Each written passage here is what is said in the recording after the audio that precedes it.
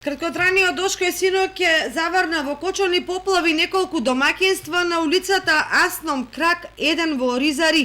Граѓаните велат дека улицата била како река. Водата од другата улица завршила на нивната, а дел од куќите биле поплавени.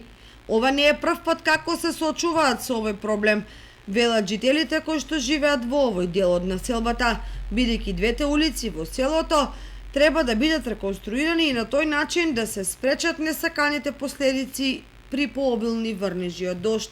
Жителите од Оризари велат дека неколку пати реагирале до општината, зашто тие биле запознаени со проблемот со кој што се соочуваат. Денеска на терен излегува од општинската служба за да направат увид во штетите.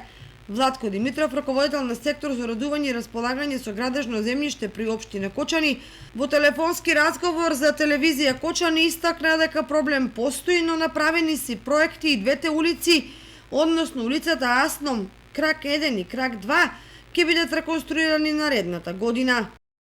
Не, па ние сега беме баш за тоа, имаш и представници од граѓаните, така да покажаа го проблемот.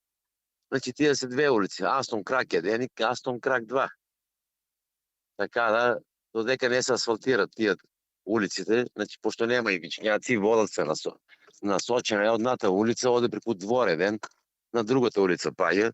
Значи, кога ќе се асфалтира, веќе проекти оваа година ги изготвивме и за наредната година планираме да ги асфалтираме тие. И со тоа ќе се реши проблем. Во меѓувреме се уште е во тек пребувањето на штетите во Кочани од невремето кој го зафати градот во неделата. До сега се пристигнати на околу 60 пријави за штети во едношалтерската канцеларија во општината, а пријавите пристигнуваат по електронски пат. Граѓаните очекуваат помош од надлежните. Пребувањето на штетите е до 1 август.